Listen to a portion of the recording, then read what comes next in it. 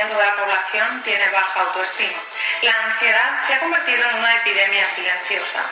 El consumo de ansiolíticos y antidepresivos ha crecido un 65% en mujeres en los últimos años. Y sin embargo, nadie habla del verdadero problema. En España, las mujeres consumen entre 1,5 y 3 veces más psicofármacos que los hombres. Un 27% de las chicas de 17 años ya ha tomado ansiolíticos o hipnosedantes. Y más del 60% de las personas con trastornos emocionales son mujeres. Y sin embargo, aunque son quienes más lo sufren, las mujeres siguen tardando en pedir ayuda. ¿Por qué? Porque no se priorizan, porque han aprendido a aguantar, porque muchas ni siquiera saben que lo que sienten, aunque tiene nombre y etiqueta, también tiene origen y tiene solución. Los recursos públicos no llegan, las listas de espera para ver a un psicólogo son interminables y las mujeres se quedan esperando una ayuda que muchas veces nunca llega. ¿De verdad estamos enfermas? ¿O lo que estamos es heridas desde hace mucho tiempo? Estamos ante un gran síntoma colectivo, una herida social que se repite generación tras generación y que ya no podemos seguir ignorando. El 40% de la población tiene baja autoestima y lo más grave, ya lo consideran normal. El 60% de la población sufrirá ansiedad o depresión a lo largo de su vida. La mayoría de los casos empiezan antes de los 20 años. El 70% de las relaciones de pareja están marcadas por la dependencia emocional. Se normaliza el maltrato, la inseguridad, los celos y se repite el patrón una y otra vez. En el 65% de las familias hay dinámicas disfuncionales, maltrato físico o psicológico, problemas de adicciones, ausencia parental, niños que hacen de adultos, inestabilidad emocional, abusos silenciados. La infancia sigue siendo una herida abierta que nadie quiere mirar y que muchos siguen llamando una infancia normal. El 50% de las bajas laborales son por problemas psicológicos, ansiedad, bloqueos, crisis. Cada baja implica una pérdida del 25% del sueldo y aún así se sigue sin priorizar la salud emocional. Y atención, el 95% de los emprendedores no tiene la mentalidad adecuada para sostener su negocio, no por falta de talento, sino por heridas de la infancia no resueltas, que se reflejan en autoexigencia, síndrome del impostor, miedo al rechazo, miedo a brillar, miedo a cobrar. Esto no es casualidad, es el resultado de décadas, siglos incluso, de dolor silenciado. Y hoy empieza a romperse el silencio. Esta semana vamos a hablar de la realidad emocional que millones de mujeres viven en silencio y de por qué, aunque lo hayas intentado todo, todavía no has logrado cambiar cómo te sientes. Porque vivimos en una sociedad que nunca nos enseñó a sentir. Una sociedad que premia el hacer, el rendir, el encajar, pero que calla el miedo, el llanto, la rabia. Desde pequeños aprendemos a poner buena cara, a no ser demasiado sensibles, a no molestar, a aguantarnos. Y si alguna vez nos dolió algo, nos enseñaron a ignorar, a disimularlo, a decir no pasa nada, pero sí pasaba. Pasaba cuando gritaban, pasaba cuando no había nadie que nos consolara, pasaba cuando nos hacían sentir que éramos responsables de las emociones de los demás, pasaba cuando veíamos a mamá derrumbada o a papá desaparecer emocionalmente, pasaba cuando fuimos adultas demasiado pronto, cuando tuvimos que cuidar o callar o aprender a no necesitar, pero nadie lo nombró. Porque venimos de generaciones donde todo esto se ha normalizado, donde había maltrato y se llamaba educación, donde había abuso y se decía que así son las cosas, donde había miedo y se vestía de respeto. Nadie nos enseñó que eso también eran heridas. Y para colmo, se nos enseñó que de la familia no se habla, que es de desagradecidas cuestionar lo que te dieron. Que si tú estás mal es porque no sabes valorar lo que tienes. Y así crece el dolor, en silencio. Nos convertimos en mujeres que hacen, que cuidan, que sostienen, pero que por dentro sienten que no pueden más. Y entonces, el sistema, el maravilloso sistema en el que vivimos, dice, es ansiedad, es depresión, son hormonas, es estrés. Y claro que lo es, pero es mucho más. Es todo lo que no nos dejaron sentir, todo lo que no nos enseñaron a nombrar, todo lo que no supimos que se podía sanar. Nos hicieron creer que era normal, pero en realidad solo era común. Y lo común no es lo natural. Lo común es que el 40% de las personas tenga la autoestima por los suelos, que el 60% sufra ansiedad o depresión, que el 70% de las relaciones tengan algún grado de dependencia emocional, que el 65% de las familias sean disfuncionales. Lo común es que estemos medicadas, adormecidas, desconectadas, pero no es lo que merecemos. Lo más duro de todo es que este sistema lo prefiere así, porque si estamos heridas, estamos entretenidas intentando ser suficientes, intentando que no duela, intentando cambiar sin saber cómo. Y así nos quitan lo más valioso, nuestro poder. Porque una mujer que vive anestesiando su dolor no tiene espacio para preguntarse quién es de verdad. No es casualidad que todos esos datos que te he dado sean reales. Existe un sistema que se sostiene gracias a que estemos enfermos. Un sistema que se lucra de nuestra ansiedad, de nuestra tristeza, de nuestro vacío, que prefiere cuerpos medicados a personas sanas, que gana más con gente cansada, obediente y rota que con personas libres, conscientes y en paz. Cuanto más desconectados estamos, más manipulables somos. Cuanto más anestesiados, más rentables. Cuanto más ocupados en sobrevivir, menos espacio hay para despertar. Porque una sociedad que sana deja de consumir compulsivamente, deja de conformarse, deja de callar. Y eso, amiga mía, para quienes manejan el sistema es una auténtica amenaza. Ha llegado el momento de cambiar las cosas de verdad. ¿Estás lista para lo que está a punto de ocurrir aquí? Antes de continuar, quiero presentarme para que entiendas por qué hablo de esto con tanta determinación. Me llamo Esther López y nací en una familia donde reinaba el caos. Mi padre maltrataba a mi madre y a mi hermano. Y cuando yo nací, entré a formar parte de ese sistema. Pocos meses antes de nacer yo, mi padre había despertado de un coma tras un accidente. Y si antes era violento, en aquella época estaba incontrolable.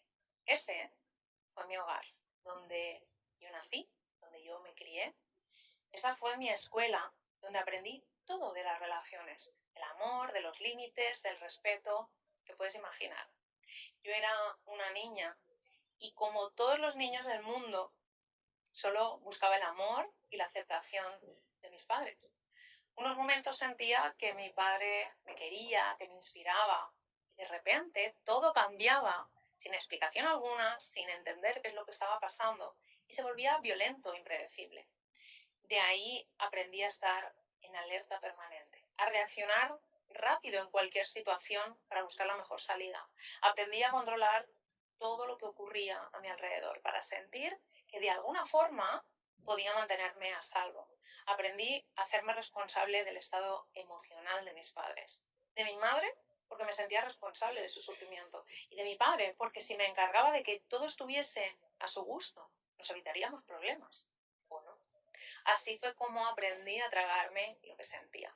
Me convertí en adulta siendo tan solo una niña que intentaba todo el tiempo ser perfecta para agradar a papá, para sentir que me quería de verdad. Pero nunca nada de lo que hacía era suficiente para calmar a esa fiera que llevaba dentro. La verdad es que tardé muchos años en comprender que una persona no puede cambiar a otra, ni hacerse responsable de sus necesidades emocionales. Así fue como viví mi infancia, hasta que mi madre, después de intentarlo muchas veces, se terminó separando de él. Mi padre se fue a vivir a Mallorca, a muchos kilómetros de casa, por lo que todo sería más fácil. No sé si has vivido la situación en la que la distancia no sirve para absolutamente nada, porque esa persona sigue presente en cada segundo de tu vida, aunque esté en la otra punta del mundo. Eso es lo que me ocurría a mí. A pesar de todo lo que había vivido con la persona que más daño y miedo me había causado, seguía teniendo relación con él. Porque mi familia me hacía ver, y el entorno y el mundo en el que vivimos, que después de todo era mi padre y tenía que seguir en mi vida. Hasta que un día, cuando tenía 13 años y fui a visitarlo, me encontré encerrada en una habitación mientras él golpeaba y gritaba a través de la puerta. Yo tenía miedo, estaba sola con él a muchos kilómetros de casa y nunca sabía hasta dónde era capaz de llegar. En realidad yo me había encontrado en muchas situaciones de este tipo, pero fue como la gota que colmó el vaso. Llamé a mi madre para volverme a casa, pero no podía cambiar el billete y no podía permitirse sacar otro. Me quedaba una semana por delante allí. Así que se las arregló para que unos amigos que tenían en común me fueran a buscar para quedarme con ellos. Este era el panorama. Estaba en casa de una familia encantadora y que me cuidó como una hija más, pero que no era mi familia. Yo estaba allí porque había ido a ver a mi padre y resulta que mi padre me daba miedo. Yo fui allí queriendo verle y acabé una semana con unos desconocidos que me trataron infinitamente mejor que lo hacía mi propio padre. Solo tenía 13 años, pero entendí que eso no era lo que merecía. Decidí que eso no iba a volverme a pasar más, que ya estaba harta de vivir ese tipo de situaciones y que nuestra relación se tenía que terminar allí. Esa fue la decisión más difícil que había tomado en mi vida. Una decisión que, por cierto, nadie apoyaba, nadie entendía después de todo lo que había ocurrido. Pero que tenía muy claro que estaba dispuesta a ser fiel a esa decisión, aunque nadie lo comprendiera. Y entonces, 2 o 3 días después de volver a casa, mi padre tuvo un ictus y de repente otra vez estaba en el hospital en coma de nuevo. 13 años después, la misma situación, entre la vida y la muerte. Yo no quería ir, estaba muy enfadada por todo lo que había pasado, pero enseguida me sentí culpable por tener a mi padre pues, con un pie entre este barrio y el otro y yo seguir enfadada. ¿Qué pasaba? Sí, ya volví a despertar y yo no había ido a verlo. Así que me tragué mi orgullo y volví a subir a un avión. Y lo primero que pensé al verlo, al llegar allí, en esa cama tan desvalido, era que si se moría, nos haría un favor a todos. Y entonces me sorprendí, sintiéndome tremendamente culpable, mala persona por pensar aquello. Entonces me di cuenta de todo lo que llevaba sufriendo a mi temprana edad. Solo 13 años y ya tenía ese tipo de pensamientos. Después de varios días, mi padre despertó. Tras vivir un segundo coma, una segunda oportunidad de volver a empezar de cero. Dicen que las personas que viven experiencias cercanas a la muerte aprenden a valorar la vida. No fue su caso. Seguía siendo exactamente la misma persona, tratándome de la misma forma. Y entonces lo vi claro. Tenía que ser fiel a lo que sentía, a la decisión que había tomado. Me fui de allí para no volver jamás. Subí de nuevo al avión pensando que tras aquello se acabarían por fin todos mis problemas. Muerto el perro, se acabó la rabia. Pero no tenía ni idea de todo lo que tendría que vivir todavía. A partir de aquel momento se abrió la época más oscura de mi vida.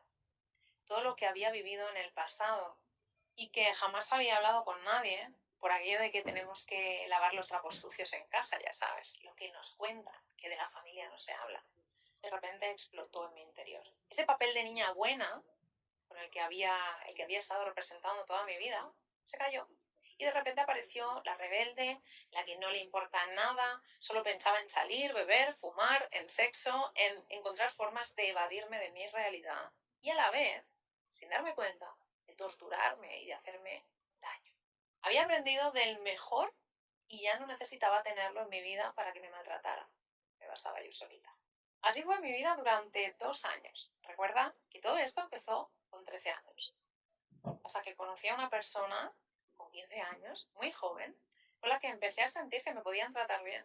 Que a pesar de toda la oscuridad que había en mi interior, podía haber luz también para mí. Y empecé a poner los pies en la tierra de nuevo y a bajar el nivel de autodestrucción en el que llevaba tanto tiempo viviendo. No fue él quien solucionó el problema, no fue él quien me salvó, me salvé yo. Y esto es importante dejarlo claro. Es que la vida puede ser a veces muy complicada, pero entre la oscuridad siempre hay un rayito de luz. Y el universo me lanzó un salvavidas cuando yo ya no podía ahogarme más. Fui yo quien decidió agarrarse a ese salvavidas para no ahogarse. Quiero que entiendas que no porque aparezca una persona en mi vida y en la tuya no haya aparecido, tú no tienes oportunidad de salvarte. Así que volví poco a poco a centrarme y querer ser una persona de provecho, a tener objetivos, a crecer profesionalmente, a querer tener una vida juntos. Y lo logré, lo logramos. Nunca dejé de estudiar. A los 16 empecé a trabajar y cuando cumplí los 19, un poquito después, nos fuimos a vivir juntos. Muy joven, todo muy joven. empecé a moverme en entornos diferentes. Y aún así, aunque luchaba por tener una vida de provecho, de calma, no dejaba de encontrarme en situaciones donde me sentía atacada, amenazada, menospreciada. Hasta que a los 21 años lo entendí. Entendí que llevaba toda una vida huyendo del dolor, escondiendo mi sufrimiento y haciendo ver que todo estaba bien. Pero en realidad estaba llena de rabia. Sentía que vivía en un mundo lleno de injusticias, donde no dejaba de ser la víctima. Todo el tiempo era la víctima. Y aunque estaba aterrada, porque jamás había mirado en mi interior, porque jamás había hablado de nada de todo esto en profundidad con nadie, porque la verdad es que tenía pánico a mirar dentro y no ser capaz de controlarlo. Me asustaba mi propia oscuridad. Pero a pesar del miedo, estaba lista para abrir la caja de Pandora. Y ahí fue cuando empecé mi camino en el desarrollo personal.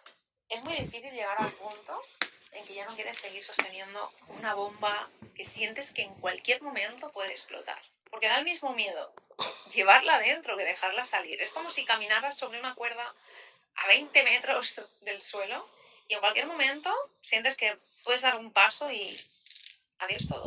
Puedes dar un paso en falso y chao. En aquella época trabajaba en un centro de salud y terapias desde la psicología cognitivo-conductual hasta constelaciones y canalizaciones. Un amplio abanico, lo probé todo. Absolutamente todo lo que se cruzara en mi camino, yo lo probaba. Una vez había quitado el tapón y había hecho lo más difícil, decidir a por todas. ¿Qué ocurrió? Que iban pasando los años y aunque ya le había contado mi vida a medio mundo después de toda una vida anterior callada, seguía con rabia, con miedo, con pesadillas, mucho drama en mi vida, siempre había drama. Y es muy frustrante que después de todo, de romper el miedo, a salir de ahí, invertir tiempo, energía, dinero, mucho dinero, y sentir que se te escapa algo que no logras entender qué es. Entonces, en el año 2020, imagínate si pasaron años, cuando yo ya tenía 29 años, la vida me volvió a arrojar un poquito de luz. Yo llevaba 2 años emprendiendo como criminóloga, había dejado mi trabajo en una farmacia, ya te he dicho que nunca dejé de estudiar y soy un culo inquieto. Estaba trabajando como criminóloga con un niño de 11 años en un caso de bullying. Y había hecho mi trabajo con él como esa parte profesional, ¿no? Pero aquel niño tenía muchas secuelas psicológicas. Tenía ansiedad, insomnio, tenía mucho miedo, le costaba mucho relacionarse. Estaba siempre en alerta porque lo había pasado muy mal. Y la verdad es que podría haberlo derivado a hacer terapia, a cualquier profesional, pero por alguna razón me lancé a buscar información al respecto. Había algo dentro de mí que me impulsó a hacerlo. Y me encontré con un vídeo donde hablaban de trabajar el trauma desde la mente subconsciente. Allí se abrió una puerta en la que tenía la oportunidad de formarme en esto. Y me lancé de cabeza. Me lancé de cabeza para comprender el funcionamiento de todas aquellas herramientas terapéuticas que de repente tenía delante de mí para poder experimentar la magia de trabajarlo con casos reales. Fue tal el impacto de lo que estaba viendo con mis propios ojos que después de hacer esa formación, he de decir que empezó en plena pandemia y lo que iba a durar un año lo hice en un mes y medio aprovechando el confinamiento, me lancé a hacer el máster seguidamente. Y ahí, además de aprender y de trabajar con un caso de estudio real al que acompañaría de principio a fin, tenía que comprometerme a vivir yo mi propio proceso, de principio a final. Y entonces empecé a experimentar de verdad una liberación emocional súper profunda. Después de tantos años de búsqueda, había encontrado el camino. Logré por fin perdonar a mi padre, después de tanto tiempo, de tanto dolor, sacarlo de mi cabeza. Logré perdonar a mi madre por haber permitido que hubiésemos vivido aquella vida tan dura. Logré atender por primera vez en mi vida a la niña que fui y que seguía viviendo conmigo y empezar a darle todo el amor que nadie le había dado nunca. Y así, poco a poco, fue como de verdad empecé a liberarme de todo el peso que llevaba cargando desde que nací. Así fue como pude hacer las paces con mi historia y así fue como de repente comprendí a qué había venido a este mundo. Entendí que no había vivido aquella infancia por casualidad o por castigo, sino porque tenía que vivir ese camino para no solo encontrar luz para mí, sino para arrojar esa luz sobre un mundo lleno de niñas y de niños heridos que que todavía no han encontrado el camino para dejar atrás sus dolorosas historias. Y así fue como colgué el hábito como criminóloga y nació La Niña que Sana, donde comencé a trabajar como terapeuta y desarrollé un método terapéutico en el que uní todo lo que había aprendido para sanar desde la mente subconsciente, sin ni siquiera imaginar todo lo que pasaría después. Porque cuando haces las cosas desde el corazón y entregándote a la vida con convicción, sin guardarte nada, ocurren cosas maravillosas. Hoy, 5 años después, no estoy yo sola, sino que he creado una empresa con un equipazo que siente el propósito como suyo, que además me acompaña mi pareja, el que me abrió la puerta a una vida de luz a los 15 años, y 19 años después estamos aquí, liderando juntos lo que es una puerta hacia una nueva vida para miles y miles de personas. Han pasado tantísimas personas por nuestros programas terapéuticos. La mayoría de ellas también llegaron a creer que por más que lo intentaran, nunca llegaban a sanar de verdad. Es como que llegan aquí quemando el último cartucho. Si esto no funciona ya, tiran la toalla. Hemos visto personas que llegaban tomando 20 pastillas al día. Varias veces hemos visto este cuadro. Personas inmersas en relaciones hiper complicadas, personas con la autoestima por los suelos, que repetían los mismos patrones dolorosos una y otra vez y que pensaban que tenían un problema que nunca podrían solucionar. Cada una con una historia, cada una con una infancia diferente, todas ellas con una niña que seguía necesitando ser amada, cuidada y respetada. Y aquí lo han encontrado, incluso cuando llegaban habiendo perdido la esperanza. Yo me flipo de ver que somos iguales, que es que nos pasan prácticamente el 98% de las cosas, las sentimos y las vivimos.